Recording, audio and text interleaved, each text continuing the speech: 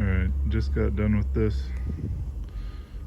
Move the table over here into the corner by the pipe threader. Pipe threader is currently set up with these nice jet rollers.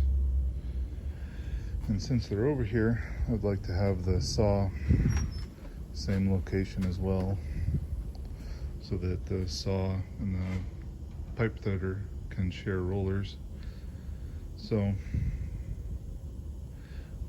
it's a vertical. I need to be able to use the vertical. We use it all the time, and it is extremely handy for cutting small parts. But this is a 6-foot table that dead ends into the wall where I moved it to.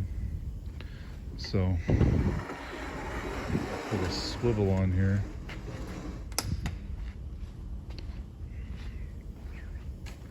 So that now we can run stuff in. I can fit a full 20-foot stick in here.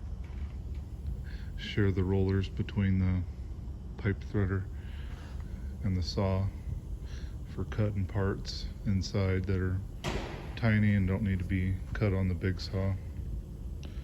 All that it is just a little piece of angle iron. It was 3x3 by quarter, but knocked it down a little bit to fit inside there.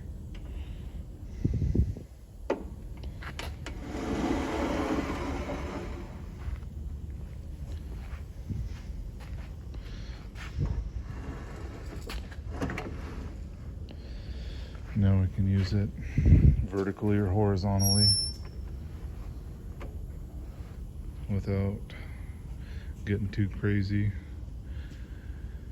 And now that we'll have this little corner flushed out, we'll have good, maybe not good, just better work synergy between the pipe threader and this one. It can share rollers to go through. The bandsaw was set up on this little wooden box. I really liked it, but it just wasn't conducive for what we're doing. Someone built that really intelligent little tray to come out. We put a bucket, and then when you're cutting parts, the parts fall in the bucket. I think I'm gonna have to do something similar over there. But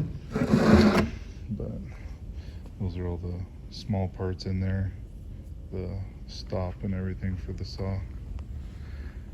But yeah, turned out really good. Really happy with how it all lined up. I gotta get some kind of stops. I'm thinking drilling a hole here and then a hole on the other side for at its horizontal cutting arrangement.